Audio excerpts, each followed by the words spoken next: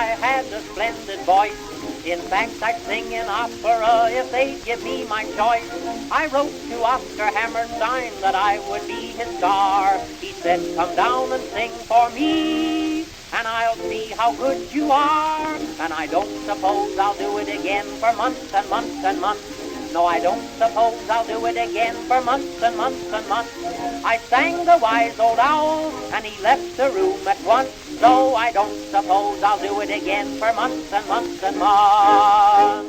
Welcome to the Recluse's Cookbook Series 3. I'm your host, Vinnie McHale. For anyone returning from the previous seasons, you're very welcome back. And for anyone who is new to the podcast, thanks a million for popping by. Remember, if you enjoy what you hear, then please like and share. This time on the Recluse's Cookbook, I have actor, writer and independent theatre producer Eve O'Mahony. Currently, Eve is touring her acclaimed one-woman show, The Last Witch Brigit Cleary. In this interview, Eve spoke to me about the tragic true story of Brigit Cleary, a woman murdered by her husband in the late 19th century. It is a story that is still raw in the memory of the area that it happened, that people don't speak about it to this day. Eve also talks about the life of being an independent theatre producer and what it takes to stay viable in today's economy. Without further ado, I give you Eve O'Mahony. Can you tell us who you are and what it is that you are best known to the public for doing? Okay. Well, my name is Eve O'Mahony. I'm an actress and a writer, and the best known thing is my show called The Last Witch Brigit Cleary, that people may know me for. So you're an actor and writer, and you're originally from Tipperary. Can you tell us how you got into the world of theatre?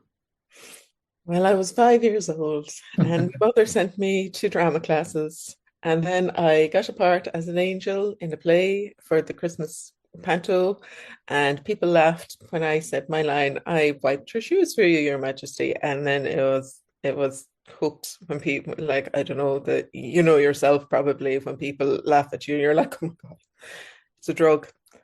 Then you're always chasing that high. Game on. Great. That's a very common story to hear from artists, that they got up on stage and they said something funny, or the audience interpreted it as funny, and then all of a sudden that's it. Yeah. How did you go from there? Because I believe you have a master's. You didn't you just go straight into acting. You studied as well. So can you tell us a little bit more about your journey, say from that initial moment up until? Yeah, well, in my teens, I kind of did Lambda exams, and I did did school plays, and then I was trying everything but trying to do it, because, as you know, it's a very tough profession. So it wasn't until I was about 28 that I did an MA in it, in drama and theatre studies. And then I kind of was teaching drama in Hong Kong for a bit, and then I came back and I did a course in film and television, and was then that, I was doing very technical course, and it was brilliant, and I learned a lot. But I felt like I needed something to feed my soul rather than like my brain. So I wrote what was the first version, and you can probably see that it had a number of rebirths over the years. So it's called The Bold Brigit Cleary. And then I was lucky enough to get somebody to help me, mentor me, to get me on board. And then that is where the birth of this show came up. And it premiered in the Clonmel Junction in 2018. And kind of like I've just brought it to life again, really. Then COVID happened, and I was doing other projects and writing. Then I brought it again to life at the start of this year, and I've done about 6 performances in theatres over all around Ireland, which is brilliant. So and I kind of constantly. So it's now got a bit, and I've got 2 more shows coming up after Christmas. So it's now getting traction, which is brilliant. Okay, so it's like your show has been like a slow build over a period of years. Okay. Yeah, it's like, what's this called? That guy, Ithacus. He rolls the boulder up the hill. Oh yeah, yeah, yeah. Sisyphus. I know of. Sisyphus. I'm not. I'm not This an guy ex. Sisyphus, he rolls that boulder up the hill. I'm not an expert in the classics, but I know who you're Yeah, talking about. Yeah. So it's yeah. been a slow build over the last couple of years, and of course, the current incarnation of Shell was the Last Witch, Brigit Cleary. Yes. I find this an absolutely phenomenal topic because this would not be the first time I would have heard of Brigit Cleary. Yeah. I had heard of her previously in a book. There was a book that someone gave me the lend of about 15 or 16 years ago, and her case is mentioned. However, although I know of it, not everybody else will be as aware of it. Can you tell us a little bit about Bridget Cleary and what was the story? Well, she was born in 1869 in Tipperary. It, she grew up, her parents were peasants, they were laborers, but she grew up, this Education Act had passed. So she was educated in the Sisters of Charity. And that gave her a great, if you can read and write, back in those days, it was a great boon. A then she was a dressmaker. She got an apprentice to a dressmaker and she became a had milliner and a dressmaker. And then she brought her own singer sewing machine, so she was self-employed.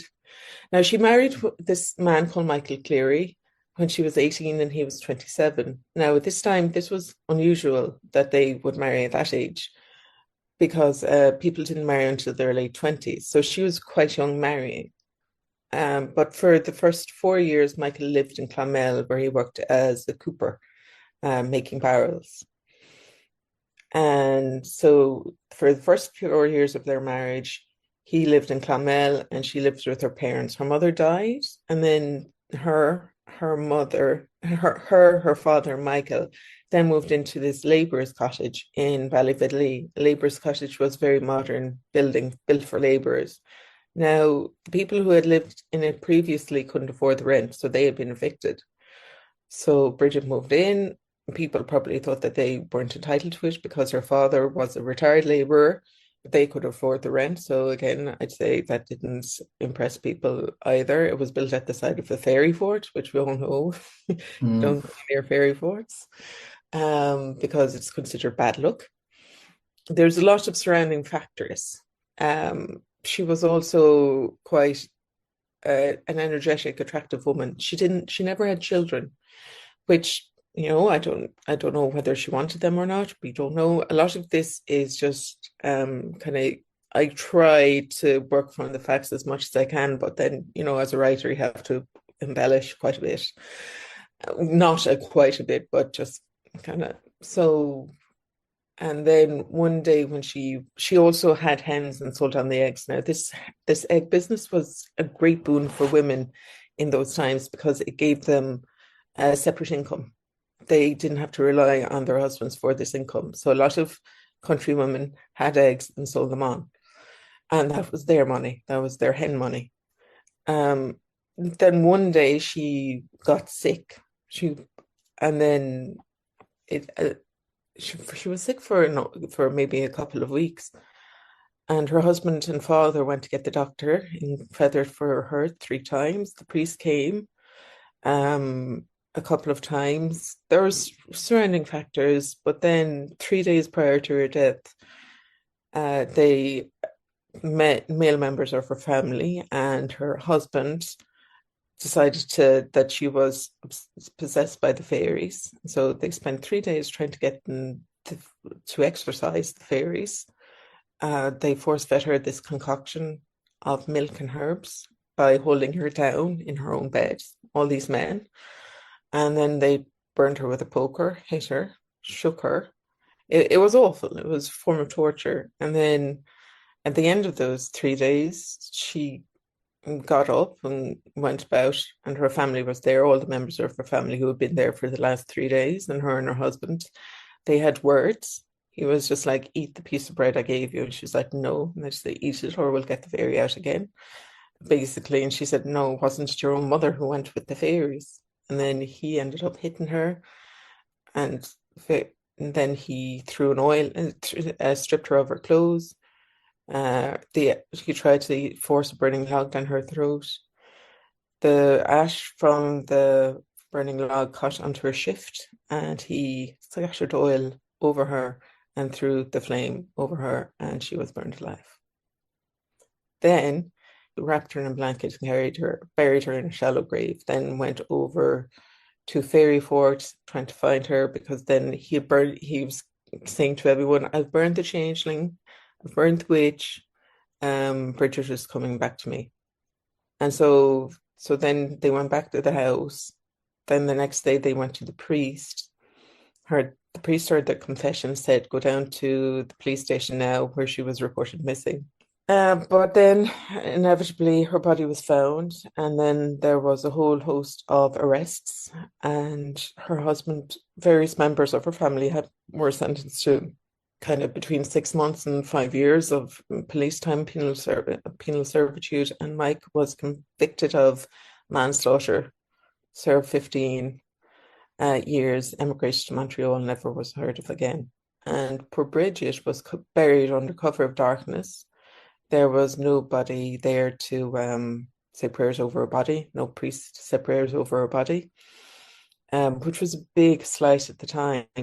She was also friendly with the local emergency man or land grabber, and rumors went around that they were having an affair. And emergency man was a man who went into farms whose tenants had been evicted, so they were hated, but she was friendly with him, so that couldn't have helped her cause. So nobody came to her funeral. There's still a lot of shame associated with her death. Her cousin, who was there at the time, their house was burned down, so her family had to go to the workhouse. Now, I have met people, descendants from these people associated. They have come to the show, and like her cousin Hannah, who was associated there, she had 7 children, so her house was burned down. So they were sentenced. They had to go to the workhouse, but they left the workhouse after a time. But it was a great deal of shame, and still is. Like, you don't go in saying, where is Brigit Cleary's house, to people. It's just not really discussed in the open. And I can kind of understand that, because it's not something that you like. It's horrific crime and a horrific thing that happened. And I don't know why it's caused it's just caught a lot of imagination from creatives. Like, I have friends I know a girl who wrote a brilliant song about it. I met this other girl, wrote a book of poems on it that was amazing. So yeah, it's really caught the mind of artists. And then, like, you have loads of songs about it too. Okay, you've mentioned a couple of things there that Mm. I'm after sitting listening to you there, and although I'm aware of the case, I'm shocked after what I'm hearing here. Mm. You mentioned changelings and fairies, and I think we should point out that when this case happened in the latter part of the 19th century or the 20th Yeah, century, or the night, 1895. So yeah, for your listeners, the changeling is a fairy. yeah. Okay, so it's a fairy. Changelings were usually associated with children, sick children. So if children had wasting disease or jaundice, they would have lost weight. Their heads would have been really big. They would have gotten elfin-like features. So it was thought that the fairies would take away your child and leave one of their own children in their place. That was a changeling, a sick child. It was also associated with with children who are non-verbal. They'd react to music. And for music, because for non-verbal people, they do react to music. Now, I'm doing a podcast at the moment, so I interviewed this professor of folklore, and he was talking to me of the religion, the She, which is what it was. Mm. And the She is music, it's nature, it's everything good that comes from nature. It's the seasons, it's the plants, animals, it's the beautiful religion. So that's the changeling. Yeah. Well, And you're so, just you mentioned children who are non-verbal but react to music. You virtually have described someone who today we may say has autism. yes. Yeah, so Yeah. basically people who would say an ID or maybe some form of a disorder Mm. were being labeled with these particular words. Yeah, because as like we didn't have the medical knowledge then. Yeah. And like a lot of the fairies were to blame for a lot of things. You put pish oaks on somebody. I interviewed my old first class teacher, but she's a member of the Feathered Historical Society, and she was telling me that her mother back in the 1930s, she lived on a farm in Tipperary, and somebody left some rotten eggs in the farm. It's like putting a curse on somebody. But rotten eggs, they could spread kind of little disease. An animal could eat them and get sick or something. They were called pishogues. If you ill wish somebody, that's pishogue. So yeah, it's wormhole like Irish folklore, and just kind of if you start going like finding out about changelings, doing all this reading about it, a woman who's given birth, she could be also a changeling because she could be kind of like out of sorts or something, or she mightn't be herself. Yeah. Everything, like all the vulnerable people were susceptible to be changelings, like young children and women having given birth. These are just like a lot of stories. I went up to the folklore department in UCD and got all these stories, and I was reading about them all. Yeah. So, Brigit Cleary, her husband accused her of being a changeling. What was it he alleged was in her behavior or, her personality that led him to jump to this conclusion? Because it doesn't sound reasonable in any shape or form. It doesn't sound, you No, know, it sounds more like a crime of passion than it, and this was the excuse. Did he ever give, an example of what it was within her, say, personality, or what did she say or do that he got a changeling that he could come up with this defense? completely up for debate. I think that, like the brief explanation I gave you, it doesn't even touch the abuse that she suffered at his hands during that time. I don't know whether he wanted to just get rid of her because they weren't having children.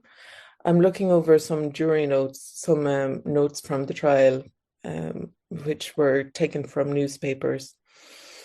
And one of the jurors says that he wanted a younger wife that could give him children.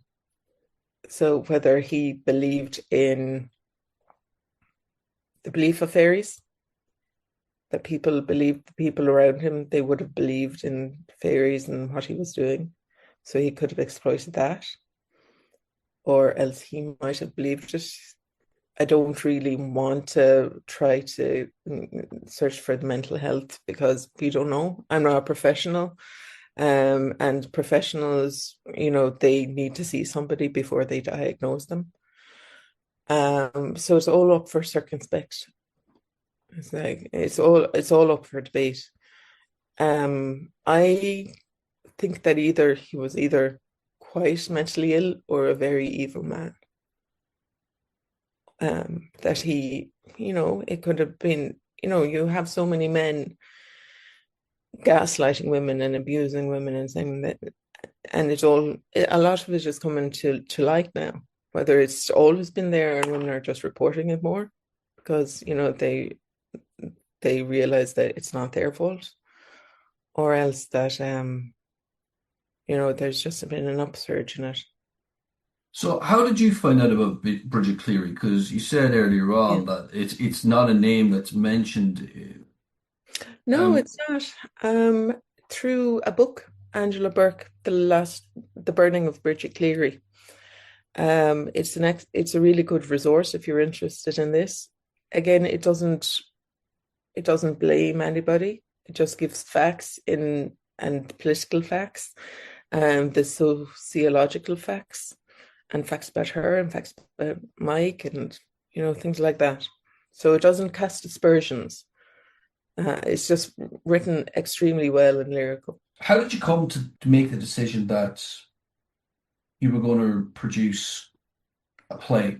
Well, no one will do it for you, as you know yourself.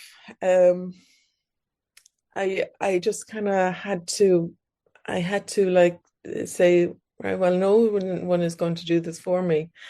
And in the writing of it, it took me about 2 years to write, um, because as I said, I got mentored. The person who was mentoring me, he just was saying it's not really there in a very kind way, and I was just like, yeah. So then I went up to see a show, um, called Loch up in the Abbey, and it was this kind of it was Irish version of Swan Lake. And I realized it needed a song, Brigit Cleary. So at the start of it, I have her singing Slieve na Mon, and which is Slieve na Mon is a mountain in Tipperary that overlooks kind of where she lived. And it's called Slieve na Mon, it's called Slieve na Mon, the Hill of the Women. And so it's the story about is that, Fionn McCool, the ancient Irish hero, he couldn't find a wife.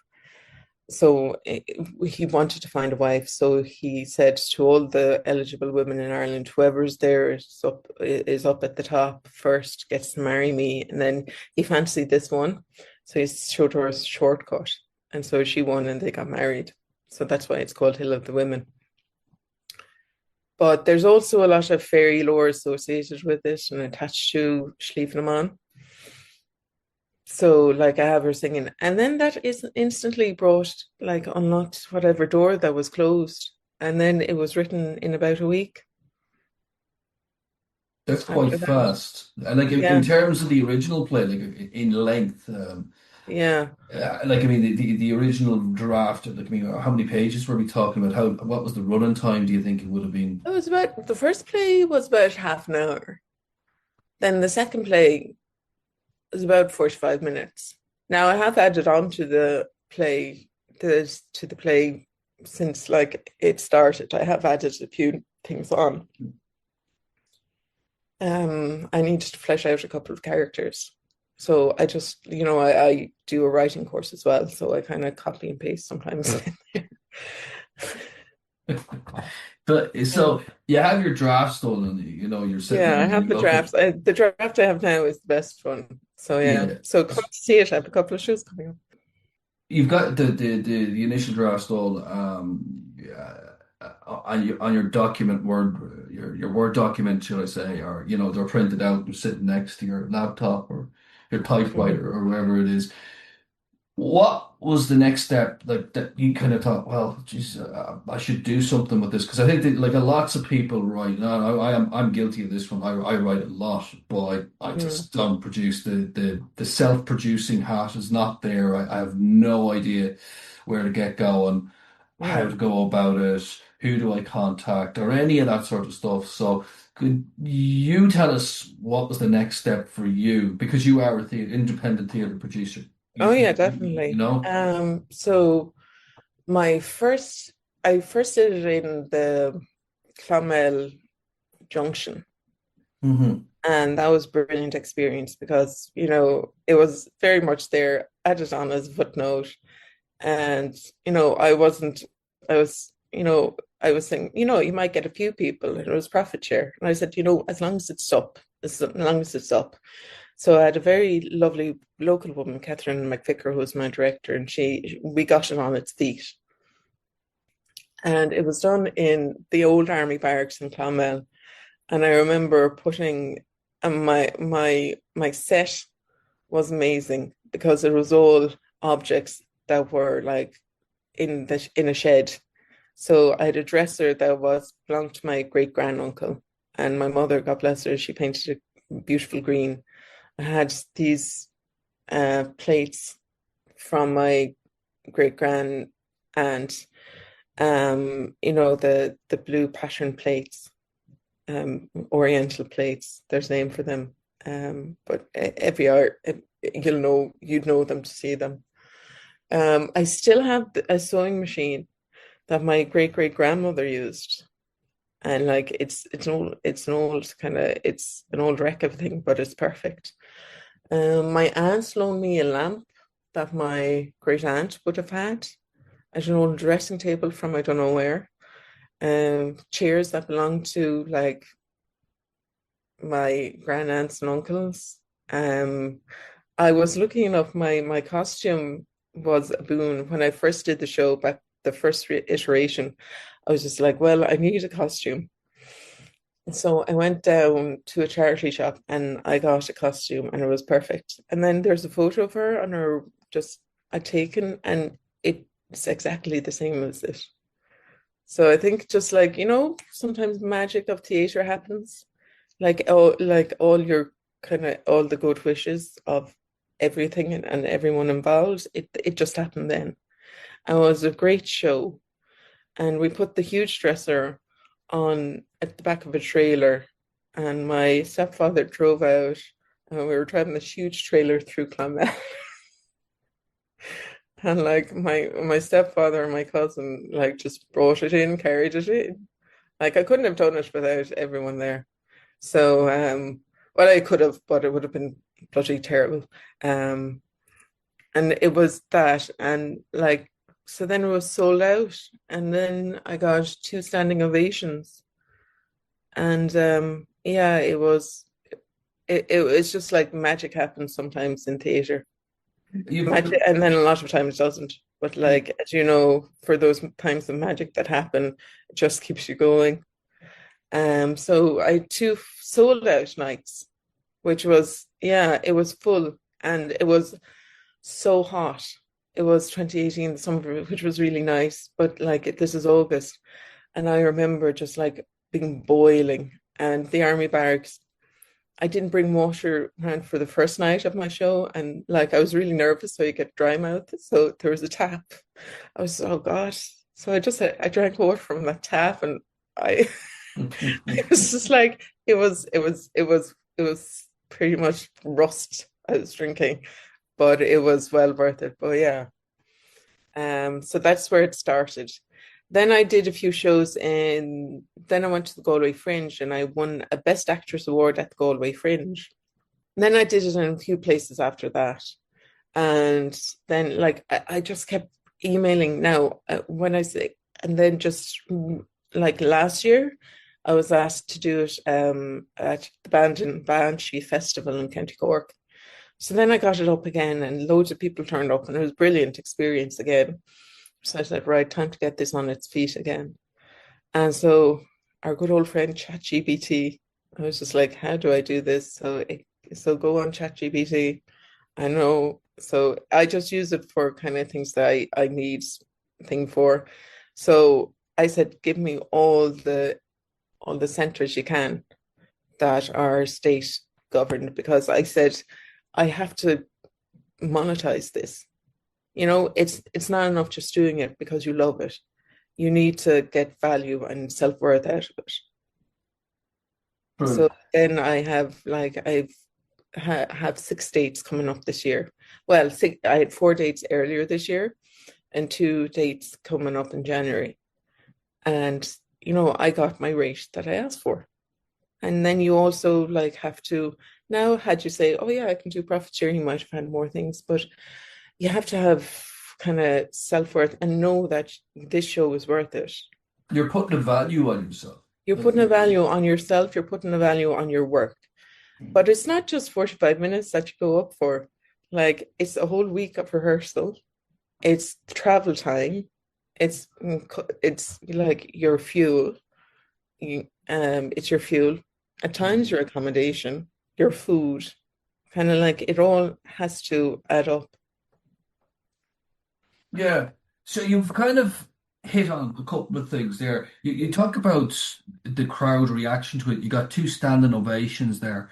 Mm. Um, how have you seen the audience change, or has the audience changed much from the initial carnation to where you're at now? Because what I'm getting at here is you have produced something that I've noticed has become incredibly popular throughout the world, and that's local history.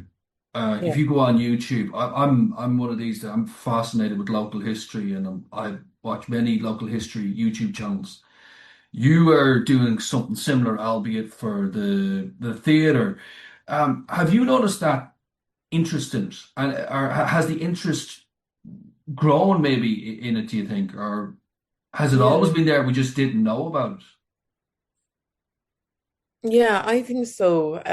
Like I have a friend who wrote a story on Anne Lovett, Mary and Me, and I haven't seen it, but it was meant to be brilliant.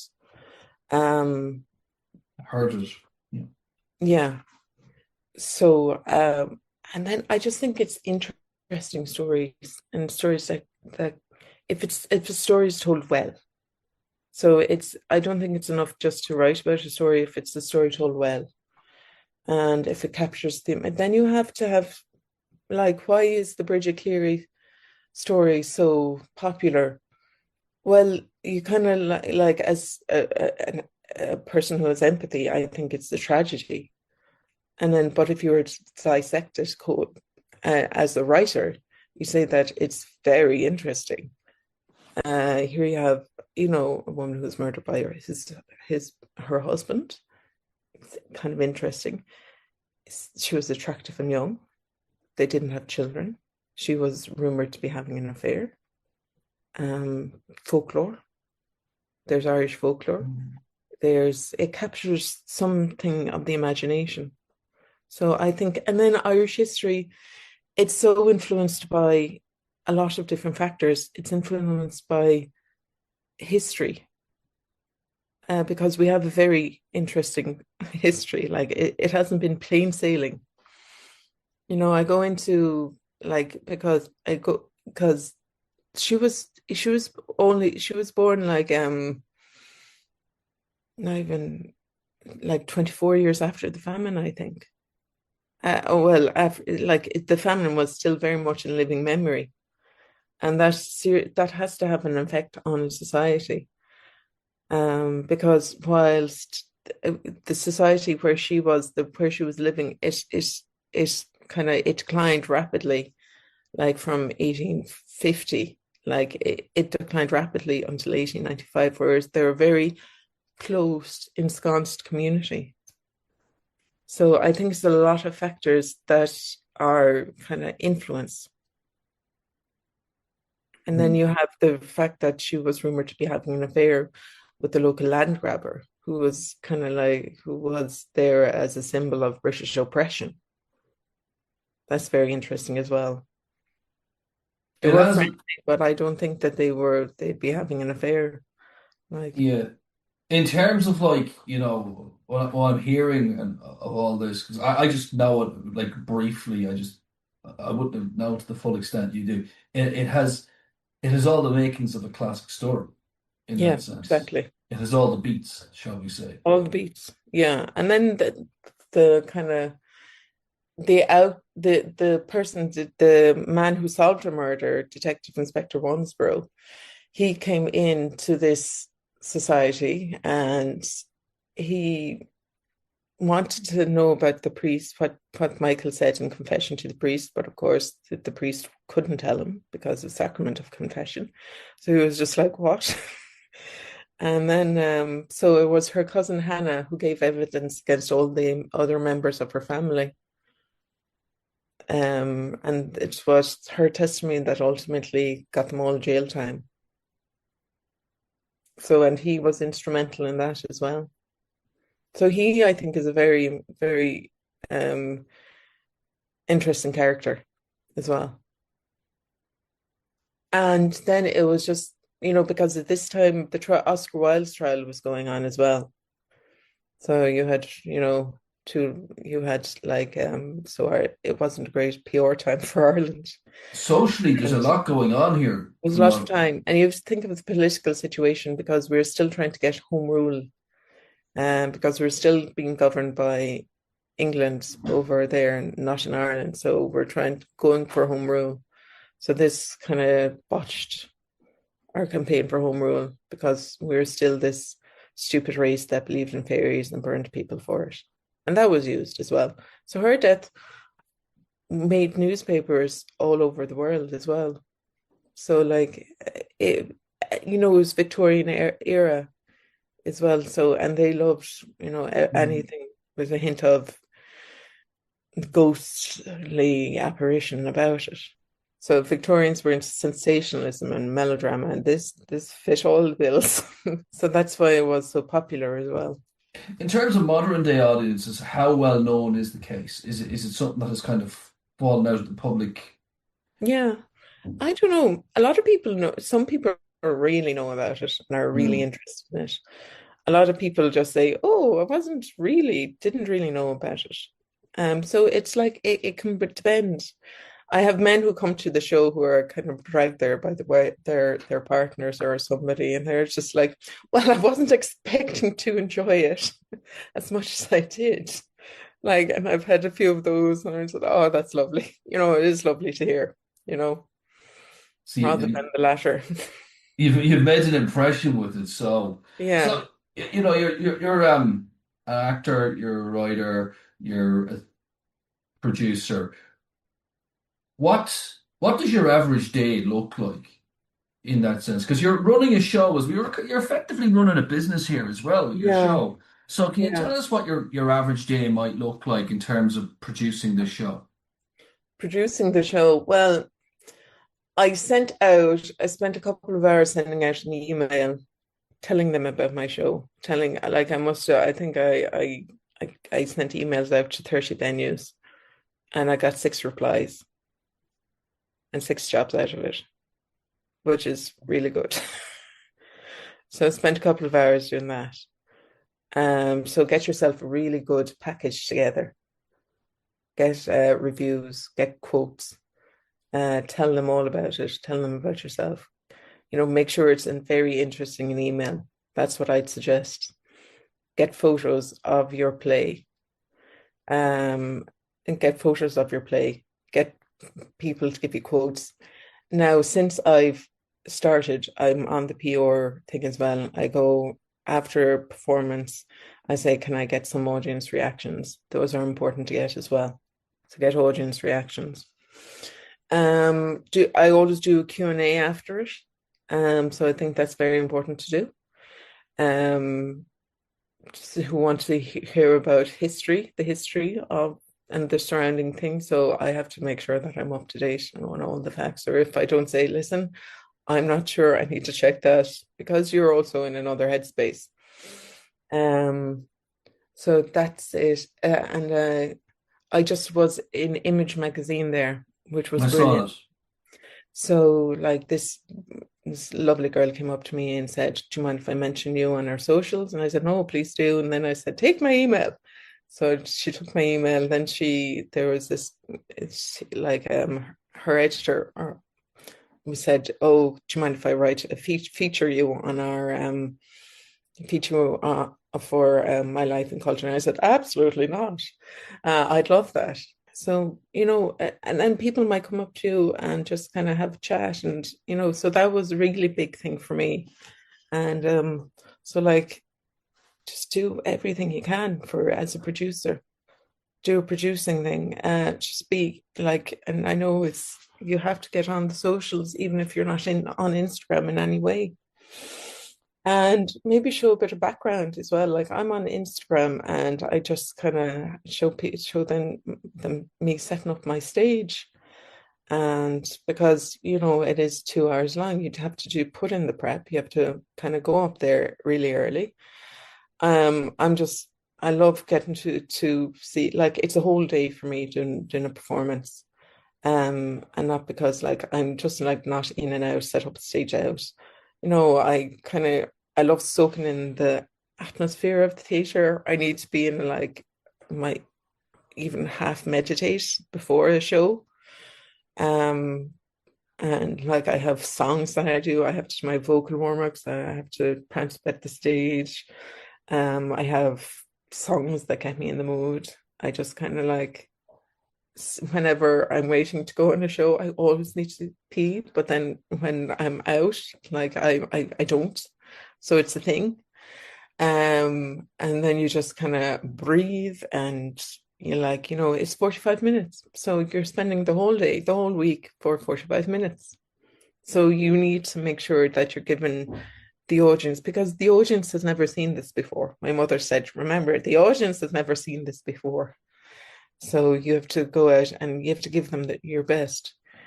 And if you don't want to do this, it's not worth it. Like, it's not worth it. Pick an easier path in life.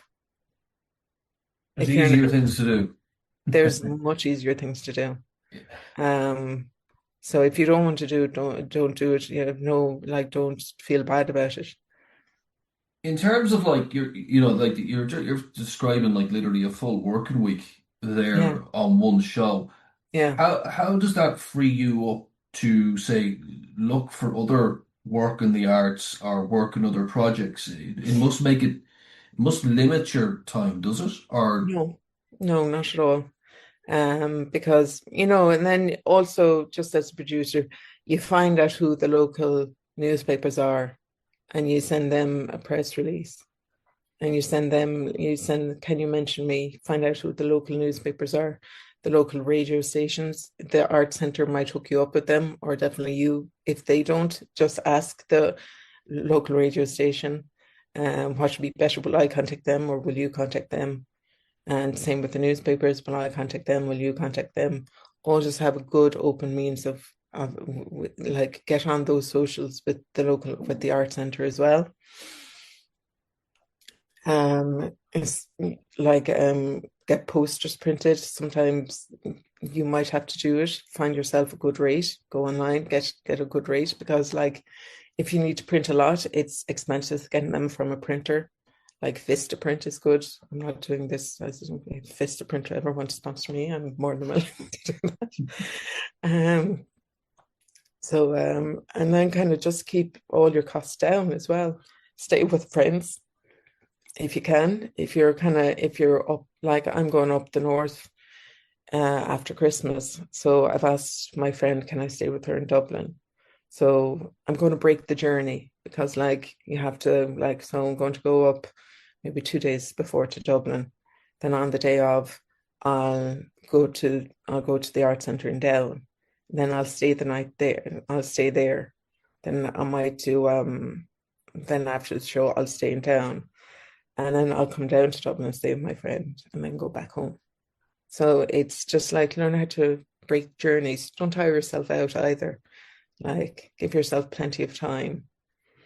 Um, no, as opposed to other jobs. Well, I work in the arts, so I wear a lot of hats.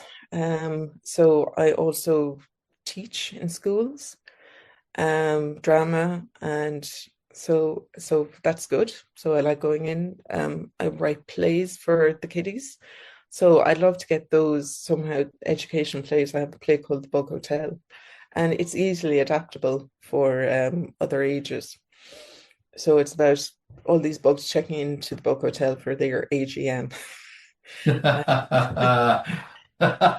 So so it's anthropomorphosis, so like all the little bugs of human qualities. Like it's actually was really interesting writing it because the bee is very buzzy or busy. It's very sociable. It likes to go for a few drinks, a few cups of pollen, but it has to go back to the hive. And then you have an earwig who's a very good mother. So she just wants to watch Netflix and have a glass of wine and have a bath because she's been moving refuse all day, just things like that. So it anthropomorphizes these insects. So I think there's so look at ways in how you can move money, make money. And like, yeah, so I work in the arts. I'm the stereotype. I was waitressing earlier on in the year. So I'm doing everything I can. While waitressing, it's a good job. It's just a hard job. I like it, and it doesn't pay enough. By Mm. the way, it doesn't pay enough. Let's put up that rate for waitresses.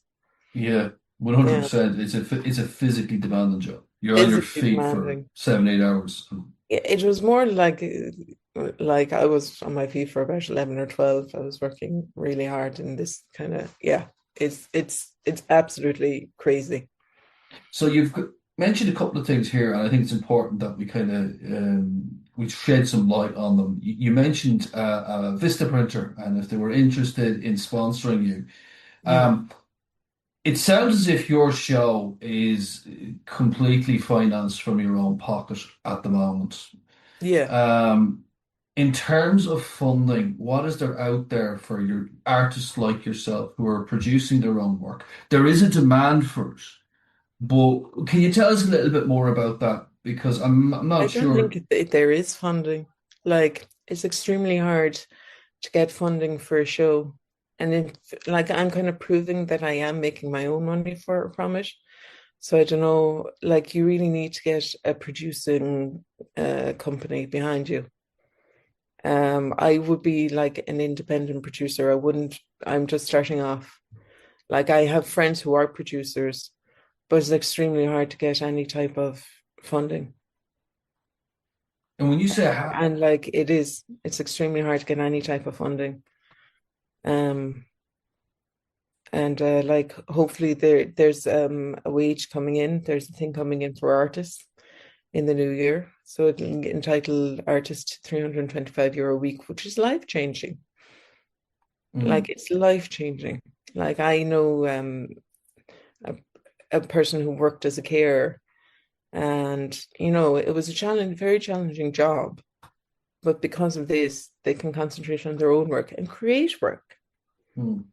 rather than kind of like work jobs that they wouldn't love and be exhausted after them, because it's a lot of kind of physical work.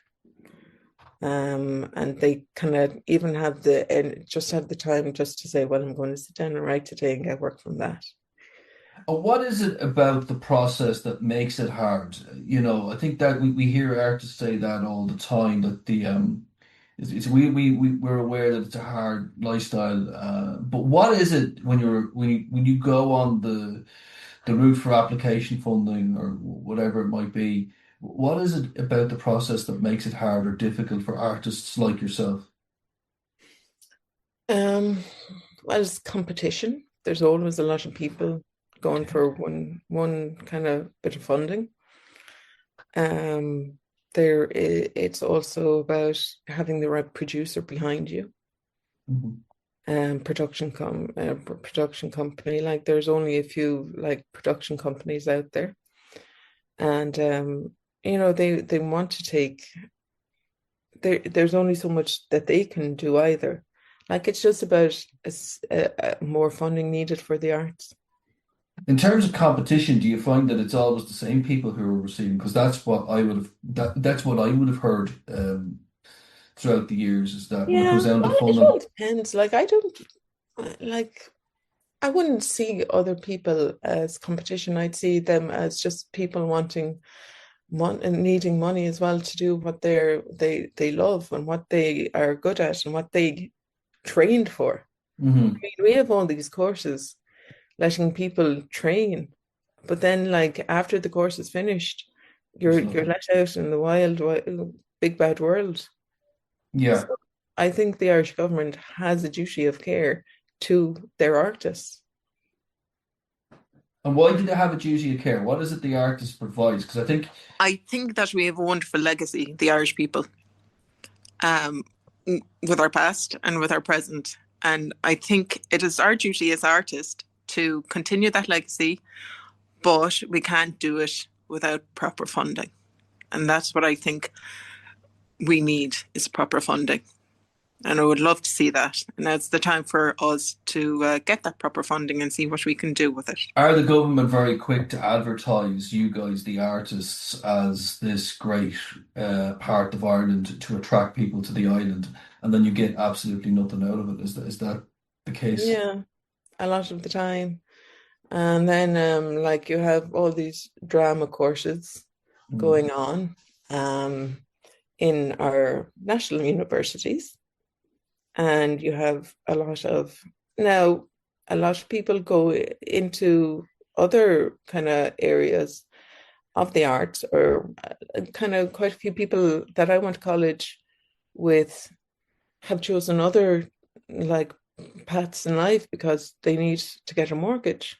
They want to get like earn a better living. There's all you it's also not romantic. You also might have to do theatre and education, which is great. if you can get it. But like again, it's a tough old gig. So in terms of the future, Eve, what are the plans? What going forward? 2026. Oh, more touring with Bridget. So I'd like to like I can't tell you all my plans just in case they don't come to fruition. So I've got two shows coming up in January. So I have two performances coming up. One is on the 24th of January in Down Arts Centre and January the 30th in the Glen Centre, Leitrim.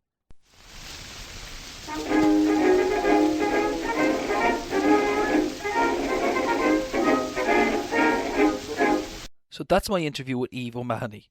Please see all links relating to Eve and her work down below and check them out. You will not be disappointed. We'll be back in a fortnight with our next guest. Until then, please like and share where and when you can. Until the next time.